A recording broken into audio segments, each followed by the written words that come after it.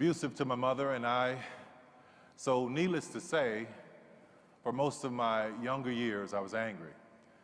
And by the time I entered into adolescence, I was furious. God knew I needed points of light. So he gave me a praying mother. Not more than a baby herself, when she married this man, she tried her best to protect me from him. But with no life skills of her own, she did what she knew how to do. But oh, how she loved me. Friday was payday for him, so he would come home happy, but that was short-lived. He would go out and return a few hours later drunk and angry, yelling and fighting her. And as I watched in horror, God knew that this little boy needed points of light. This happened every Friday and every Saturday night, but come Sunday morning, my mother would come in the room and wake me up, shake me in my chest and say, "Come on, baby, let's go to church." When we get there, I would see my mother up in the choir singing, happy, rocking, talking about, "Thank you, Jesus." I remember being a little boy wanting to know this God, this Jesus that made my mother so happy. She said, "Baby, I'm going to teach you how to be a Christian, the real one. You know, the ones with flaws, that makes mistakes, the ones that God himself used in the Bible, that kind. Not these perfect pretending holy rollers," she called them, you know. She taught me that God loved me, and oh, what a point of light he has been for me. Now, I'm sorry, I know it's not politically correct to talk about God and faith these days, but oh well, they gave me a microphone. Thank you for allowing me to be myself. It was my mother teaching me about God and faith that allowed me to forgive my father and also to be able to understand them both. Now that I'm older, I realize that my parents had no examples. They were two wounded children trying to raise a wounded child. Years later, I would enter into show business not knowing that I was carrying a desire to share what I had learned and witnessed growing up. Not knowing that the very people that had made me laugh and made me cry and made me happy, made me sad, and literally had made me were showing up in my work. Their lives, their stories, their hopes, their dreams, their despair were all on display in my films and my storytelling. I only wanted to bring laughter and light now because I had seen so much darkness growing up. I was writing about things that were raw and guttural, my own experiences, so much so that it made the critics uncomfortable.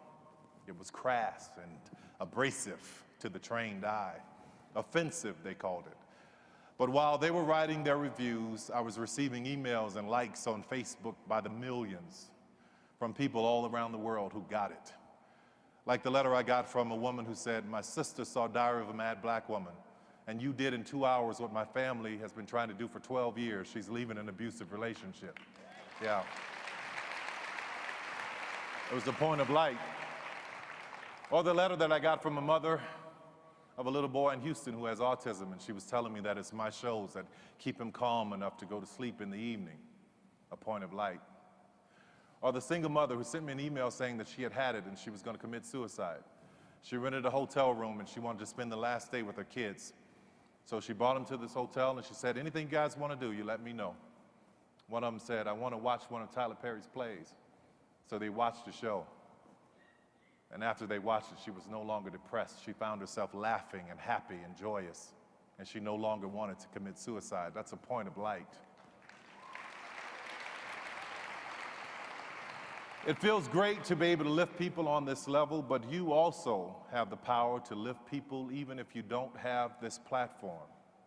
As I look back over my life, there were many people that had a hand in shining light into my darkness when I was growing up. Like Mr. Johnson, who lived next door to me.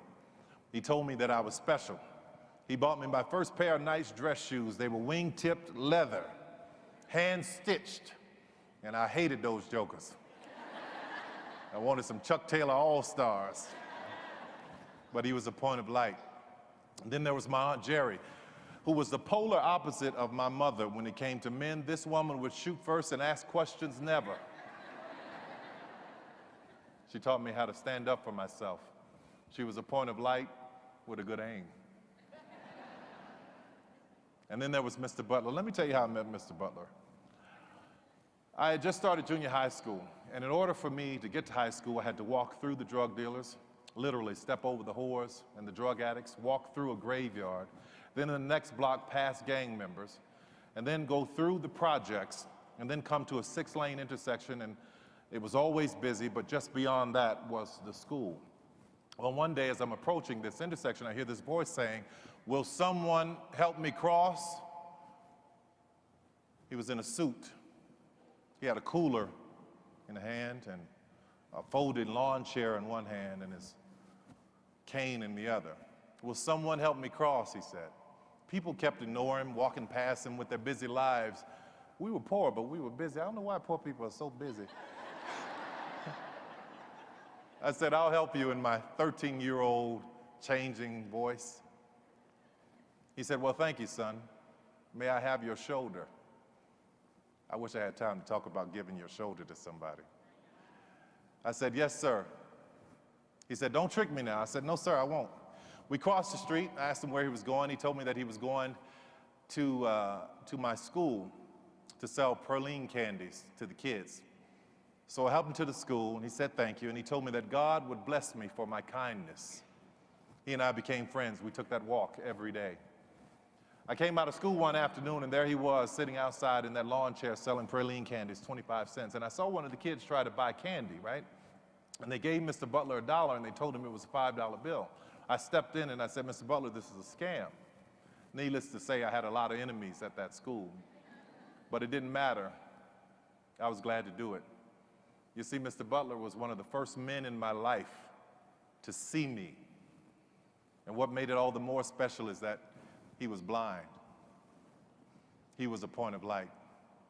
One morning I was late meeting him, and as I walked up to the intersection, I could see Mr. Butler standing there, not saying a word. So I tipped up behind him and I said, "I'm not going to say anything. I'm just going to wait to see what happens." He said, "I know you're there, son." I said, "Yes, sir, I am." I said, "I didn't hear you saying, 'Will someone help me cross?'" He said, "No, I was listening for you."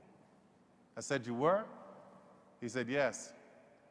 Sometimes in life, son, when you pray and you've said all you can say, all you have to do is stand and wait and listen." What a point of light he was.